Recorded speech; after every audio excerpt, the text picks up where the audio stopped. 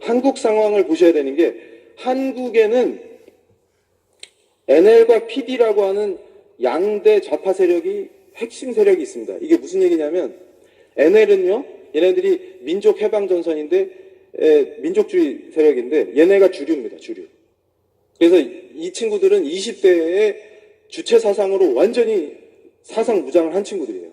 그리고 PD는 뭐냐면 레닌주의로 사상 무장이 된 친구들입니다. 근데 이 친구들이 지금 성장해가지고 정치 핵심 인물들이 돼 있는 거예요. 그래서 가끔 어떤 분이 저한테 그래요.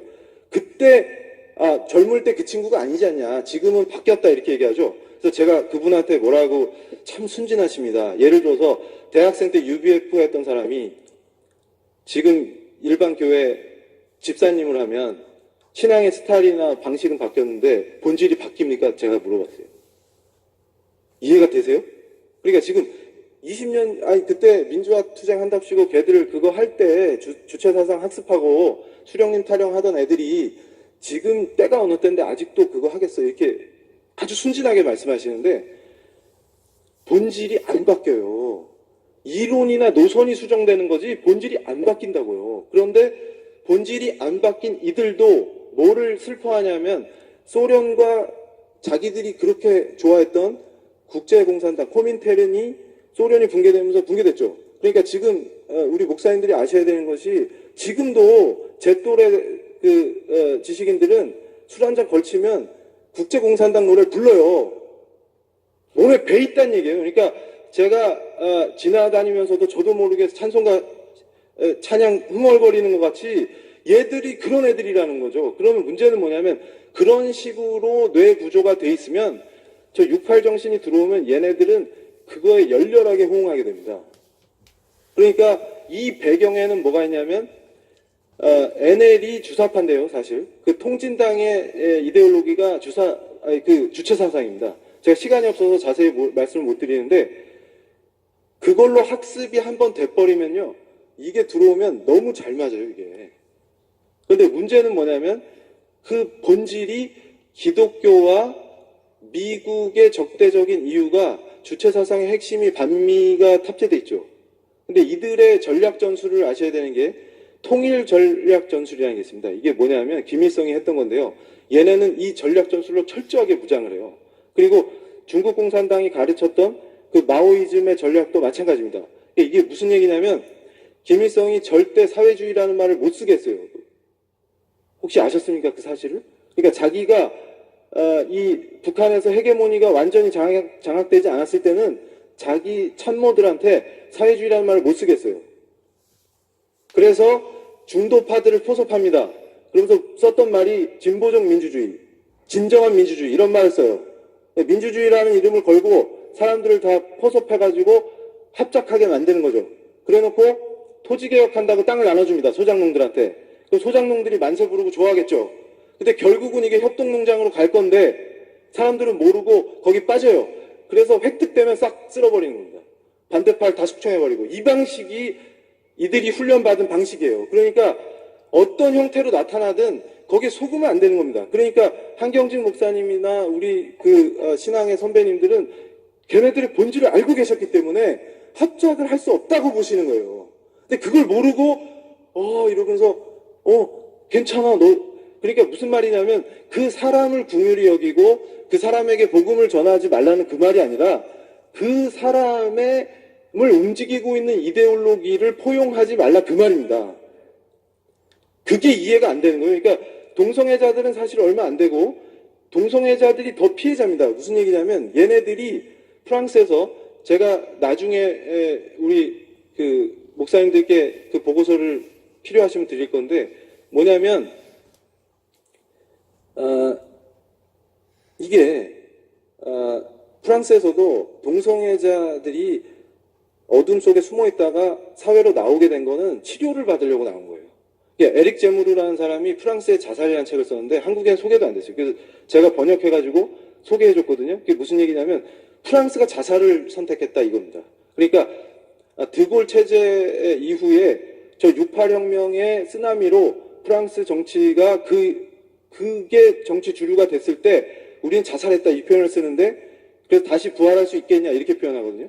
근데 거기에 핵심이 동성애자들은 지하에 숨어 있다가 치료받으러 나왔는데 이걸 포착해가지고 정치 투쟁의 도구로 활용하는 그 작전을 딱 짜는 겁니다. 그렇게 해가지고 들어오죠. 그럼 지금 어떻게 됐습니까? 지금 한국 상황이, 대한민국 상황이 외부의 적들이 엄청나게 지금 위험한 상황이죠. 근데 중국 공산당이랑 손잡으려고 하는 세력이 분명히 있습니다. 이러면 한미일과 북중러 이게 신냉전 구조가 만들어지고 있는 상황에서 만약에 우리 한국이 중국 공산당이랑 손을 잡는 순간 우리 체제는 끝장납니다. 근데 이럴 때 제일 위험한 사람들이 한미동맹을 중시하고 절대로 우리는 이 체제를 포기 안 한다 하는 사람들인데 그 사람들이 다 교회에 있어요. 그걸 압니다. 그러니까 미국을 치기 위해서 미국이 세니까 이해가 되십니까? 전부 연합하는 겁니다. 그러니까 교리상 이슬람하고 동성애가 연합이 안 돼요. 근데 오늘 이 강의 끝나고 한번 구글 같은 데서 찾아보십시오. 지금 시민운동 한답시고 만든 단체가 동성애 지지하고 동성애 확산시키는 단체랑 주한미군 철수하는 단체랑 철수운동하는 단체랑 강정 해군기지 있죠? 그렇게 반대하는 그 단체가 지도부가 다 겹칩니다. 지도부가 다 겹쳐요. 그리고 광우병 사태 난리 났을 때 그때 서울에서 얘네들이 열었던 우리처럼 이런 세미나를 여는데 그게 레닌과 미래혁명 세미나입니다. 그때 발표됐던 원고들이 책으로 만들어져서 백주 대낮에 지금 한국에서 팔리고 있어요. 이 친구들이 뭐라고 얘기했냐면 소련 붕괴가 우리에겐 아픔이었지만 기회가 온다. 이 광우병 때문에 촛불을 들고 모인 여고생들을 봐라. 얘네들이 촛불은 들고 모였지만 방향을 모르고 있다 지금. 그래서 내가 레닌을 다시 꺼내서 들고 나왔다. 이렇게 표현합니다. 무시무시한 겁니다. 근데 얘네들도 이미 레닌이 힘이 빠졌다는 걸 지들도 잘 알아요. 주체사상이 명맥을 유지하고 있지만 지금 학생들한테 수령님 타령하면 안 먹히죠.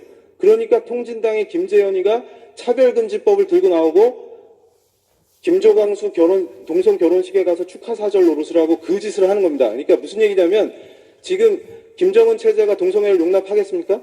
그 얘기가 아니에요. 이들은 여길 획득하기 위해서 그걸 도구로 사용한다는 것이죠.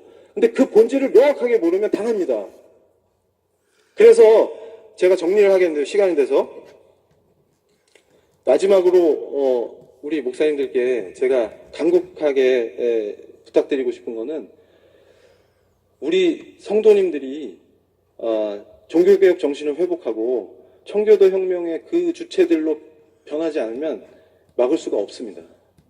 그러니까 목사님들께서 골수를 쪼개는 설교로 존 오웬처럼 이 철기군을 깨우셔야 됩니다.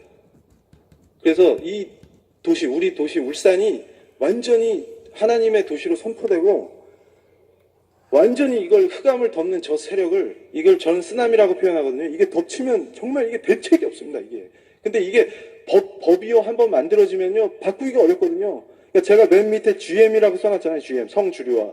이걸 제가 처음에 한국에서 우리 믿는 분들한테 이 GM 젠더 메인스트리밍 이게 얼마나 무서운지 아십니까? 이랬더니 GM은 자동차냐?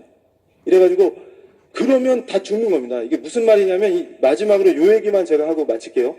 성주류화 이게 얼마나 무서운 거냐면요. 제가 아까 68의 세력이 유엔을 접수했다 이렇게 표현했죠.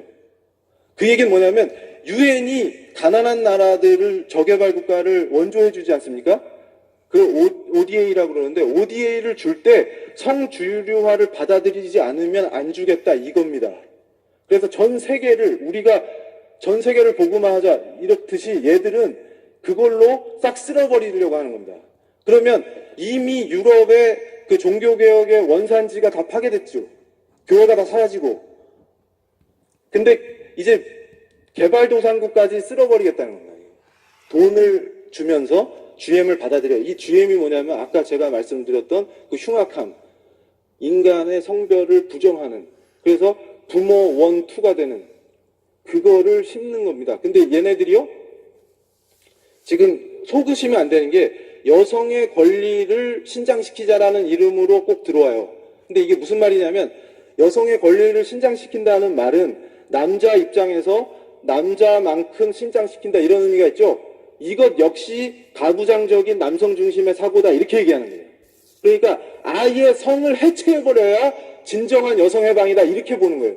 근데 그 단계로서 일단 젠더관념을 심어주면 그게 이루어진다는 게 얘네 전략입니다. 그래서 대한민국 정부가 제가 그 자료도 보여드릴 수가 있는데 우리 국민 세금으로 무슨 짓을 했냐면요. 이 성주류화를 법과 정책에 어떻게 스며들게 할 것인지 정책 보고서를 10개로 편찬해가지고 실행하고 있습니다. 그게 성인지 예산이라는 게 있어요. 그러니까 지방자치단체든 중앙정부든 어떤 국가기관이 예산을 편성할 때 이 젠더 예산을 반드시 편성하게끔 만드는 겁니다. 근데 이게요, 법을요, 아예 헌법 레벨에서 조례 레벨까지 전부 GM의 관점에서 만들어지는지 체크하고 점검하고 아니라면 그걸 투입해야 된다가 성주류한데 그걸 우리 세금으로 했다고요. 정책으로. 그래서 제가 말씀드리는 게 지금 헌법 개정 논의 이게 그냥 나온 게 아니고요.